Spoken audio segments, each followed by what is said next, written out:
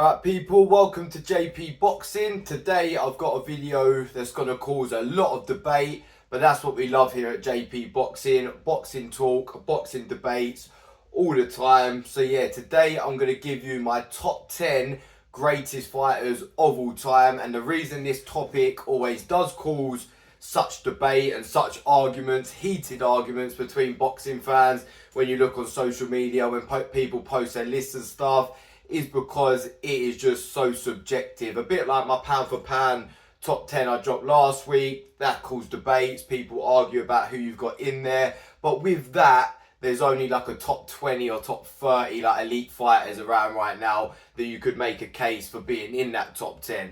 When you're talking the greatest of all time in a sport that has gone on for as long as boxing and how different the eras are and stuff, there's hundreds of different fighters you could have in your top 10, and you could make a case for all of them for various different reasons. Some people go with who's got the best resume. Some people go with who won titles in the most divisions. Some people go just purely on who their favourite fighters are. Some people go with who's won the most world titles. There's so many things you can put into it. And what I tried to do with my top 10, my personal top 10, is a mixture of everything. You've got to go with who guys have beat, like the good wins, the great wins, the other world champions they beat. You've got to go with achievements, of course. You've got to put a bit of the eye test in it, because you know there's some fighters that have beat washed up people and they weren't actually as good as their record seems. What I do with my 10 greatest as well, which is different to the 10 best. The 10 best would be the best technical fighters of all time. 10 greatest, who are the fighters that left a mark on the sport, changed the sport? People like Muhammad Ali, people like Joe Louis, who there might be fighters that are better technically than them, but these guys left a mark on the sport that will be remembered forever. But doing that isn't enough. You've got to be a brilliant fighter on top of that too. So there's a lot to dive into. There's a lot to talk about. So without further ado, I'll give you my top 10 from 10 up to number 1, of course. And then, as with my pound for pound that I dropped last Saturday night, you can come back to me in the comment section below. Let me know who I got right, who I got wrong, who I completely missed out, and if you agree with the order that I've got my top 10. Because I think the names I've got in there definitely warrant being in there, but I do think the order, there are some people, a lot of people maybe, that will disagree with it, but it's my personal top 10. Hey ho, let's go. At number 10, I've got Marvin Hagler, a guy I'm sure everybody respects. He's one of the greatest of all time, one of the best, probably actually the best middleweight to ever do it. One of the 4 kings, of course. The 4 kings, all 4 of them could be in this top 10 list. Obviously, stay tuned to see who else out of the 4 kings I got in there. But yeah, man, he was the dark horse of the 4 kings, the one that came through a bit later, but obviously he was middleweight champion for 7 years, wasn't given a title shot for so long before it. They tried to blackball him in the boxing world, but he kept going through, and he's one of the most ruthless, unstoppable fighters of all time. For modern day boxing fans, imagine Gennady Golovkin, what he was like at middleweight, but faster, better, sharper, stronger. That is what Marvin Hagler was like. Beat so many greats, beat so many other world champions, and just like an original sort of throwback fighter from that 70s, 80s sort of era. So yeah, that's my number 10. On to number 9, Big George Foreman. Man, this guy had 2 legendary careers as a boxer. Obviously, he was first around in like the Muhammad Ali, Joe Frazier era. Probably most remembered for being rope-a-doped by Muhammad Ali, who's obviously right up there as one of, if not the greatest of all time. But before that, he was obliterating people, absolutely destroyed Joe Frazier, who is a fellow all-time great heavyweight. But that era there for George Foreman, like the 60s, 70s, whatever it was, that's an all-time great career already. But he then had like 15 years out of the ring, came back at the age of 45 and became world champion again when nobody thought he could do it. Knocked out Michael Moorer in one of the best knockouts you'll ever see. Probably one of the biggest, if not the biggest, moment in boxing history, as he won that world title at the age of 45 when nobody gave him a chance. History that was made and probably will never be repeated. How unlikely is it now to see a 45-year-old become champion of the world at heavyweight? It seems crazy. Obviously the 2nd oldest world champion of all time in any weight division. So yeah, that right there, talk about leaving a mark on the sport. That right there for George Foreman does that and puts him in my top 10. Number 8, Rocky Marciano. Ended his career at heavyweight with 49 fights, 49 wins, knocked most of them out, beat a loads of greats in his career. He was the original unbeaten world champion before Floyd Mayweather. Floyd Mayweather obviously went on to beat that and become 50-0. Another guy I've got higher in the list. Stay tuned to see where I put him. But yeah, obviously Floyd Mayweather got to that 50-0 by beating Conor McGregor in his 50th fight. Make of that what you will. Not taking away from Floyd's record, but obviously Marciano done it by beating solid fighters the whole way through his career. Just a ruthless animal when it gets in that ring. One of the best right hands you will ever see. A short right hand. When he caught anybody on the chin with that, he knocked them out. He is one of the original all-time great heavyweights, and I'm sure he's in pretty much everyone's top 10. He is the real you talk about throwback fighters, he is the real throwback fighter who would just get in there and have it out with absolutely anyone, and he beat everybody he got in the ring with. One of the best heavyweights to ever do it. Number 7, Manny Pacquiao. Now, I'm sure for all you modern fans, any boxing fans watching this, I don't need to tell you about Manny Pacquiao and how good he is and was. A world champion. Some people saying 6 weight divisions, some people saying 8 weight divisions. It's a debate whether you consider the Ring Magazine a world title or not. I rate the Ring Magazine title. It's as good as a world title. I make him an 8 division world champion. And man, this guy, I think it spanned through like 10 weight divisions, all the way down from flyweight up to like middleweight. Obliterated pretty much everyone he shared the ring with. Had a few losses, but Manny Pacquiao at his best, man, was absolutely phenomenal. Like, you know, the guys he was running through, the likes of Marquez, the 4 fights he had with him, win or lose, were all absolutely phenomenal. Beat people like Morales, Barrera, was beating people like world-class fighters like Keith Thurman at the age of 40, smashed up Miguel Cotto. There's too many names to choose from when it comes to who Manny Pacquiao's beat. Just obliterated great fighter after great fighter. The knockouts of the likes of Ricky Hatton are the best you will ever see. So yeah, Manny Pacquiao at that. You've got a case for putting Manny Pacquiao in the top 5 of all time, in my opinion. But for me, he goes to number 7. When he's at his best, he is one of the best, most explosive fighters to ever do it. On to number 6, a completely different type of fighter to Manny Pacquiao, a heavyweight in Joe Louis.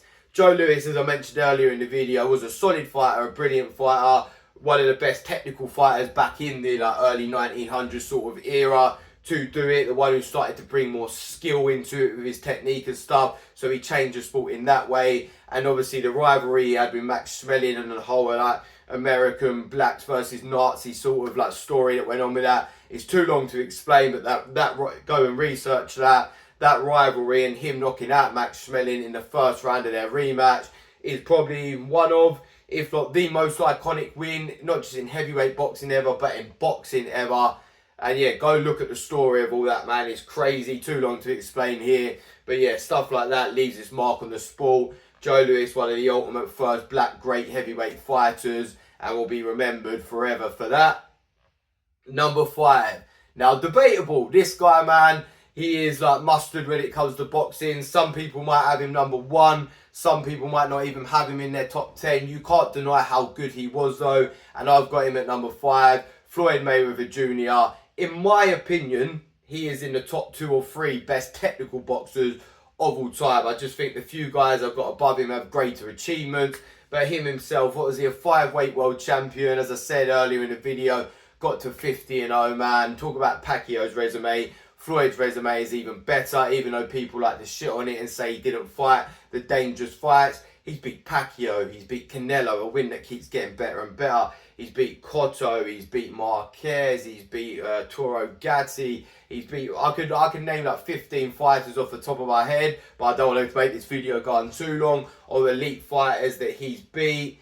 And obviously the way he adapted his style and went on to 40-41, still being the best in the world pound for pound. Went from Pretty Boy Floyd that was smashing everyone up with them fast hands to being the best defensive, that's hard to say, the best defensive fighter of all time as he went on later in his career. And yeah, man, he's got an all-time great career, might be the best to ever do it, TBE as he likes to proclaim himself when it comes to skill. But Number 4, probably the only guy I would say is more skillful than Floyd Mayweather, had more ability than Floyd Mayweather, and he has something that just pips him in that all-time greatness for me over Floyd Mayweather, Roy Jones Jr. Man, this guy, if you're going to watch a highlight reel of a fighter to get you excited and you want to be motivated and inspired for boxing, then Roy Jones Jr. is the man for that. His highlight reel is phenomenal. His showboating was phenomenal. He was just levels and levels and levels above pretty much everybody, not just pretty much, everybody he shared the ring with in his prime. James Toney, one of the best to ever do it too. Roy Jones Jr. completely shut him out and absolutely schooled him, dropped him, fucked him up with absolute ease. And the thing that makes Roy Jones Jr. one of the greatest of all time for me, he won a world title at middleweight and went all the way up to heavyweight and won a world title. That is something that will never be repeated. Imagine now someone like, I don't know, who we got at middleweight, or who we had at middleweight recently, a big name, Jamel Charlo, when he was middleweight champion, going all the way up to heavyweight and beating someone like Anthony Joshua or Usyk or Fury or someone like that. It just would not happen. I know Roy Jones beat John Ruiz, so not like as elite as Fury and Joshua, people like that, and Usyk. But let's say Canelo now, it'd be like him going up to heavyweight and beating someone like Daniel Dubois. It just doesn't seem possible. But Roy Jones did that, man. He defied size, he defied gravity, he defied speed, the way he moved around that ring and bounced around that ring. People called him Superman, because that's how fucking good and great and unbelievably brilliant he was in that ring. You can't hype Roy Jones up enough, man, because you'd need more hype on top of it. You have to see it with your eyes to explain how good he is, but I'm pretty sure you've all seen Roy Jones. I don't need to say any more. On to number 3. This is where it gets real interesting. The 3 greatest fighters of all time in boxing. You can't get much more proclaimed and acclaimed than that. My number 3 is a guy most people have at number 1. Sugar Ray Robinson, a guy that had over 200 professional fights, won 174 of them, I think knocked out 101 or something like that if I'm right, beat 16 other world champions, either past, present or future, beat guys like Jake LaMotta 6 fucking times, and Jake LaMotta is one of the greatest of all time, and he had 6 opportunities to beat Sugar Ray Robinson and couldn't do it. Robinson, man, he was just different. For his era, in the 40s and 50s, he was fucking different. That's the only way to explain it.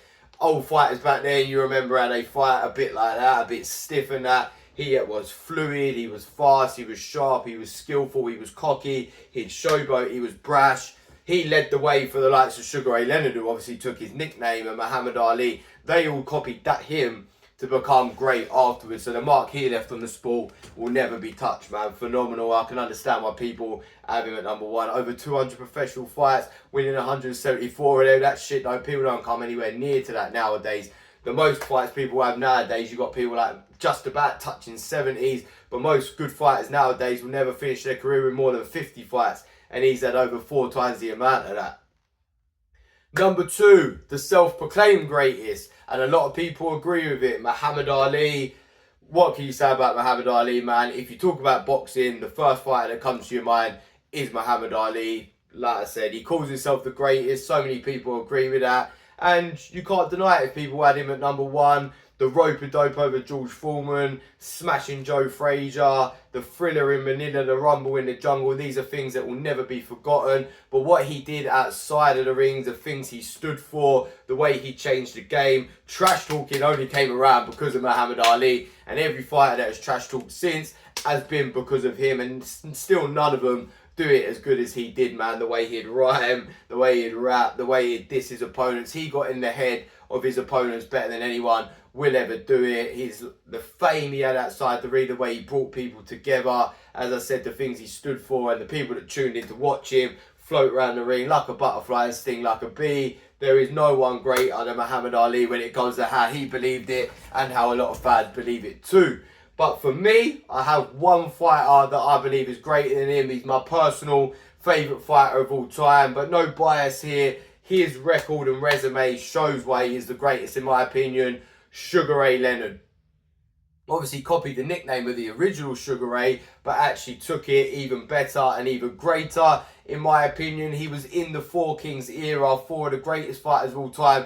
the greatest era of boxing of all time, and he's the only one to beat all three of the other kings. Beat Roberto Duran, beat Marvin Hagler, and beat Tommy Hearns. That resume right there, when you take in like the likes of Wilfredo Benitez on top of that too, that resume is untouched. And the way he did it, coming back after like 2 years, after nearly going blind in one eye, coming back to beat Marvin Hagler. I know some people think Hagler won that fight, but me, I've always scored it to Sugar Ray Leonard. I know a lot of other fans do.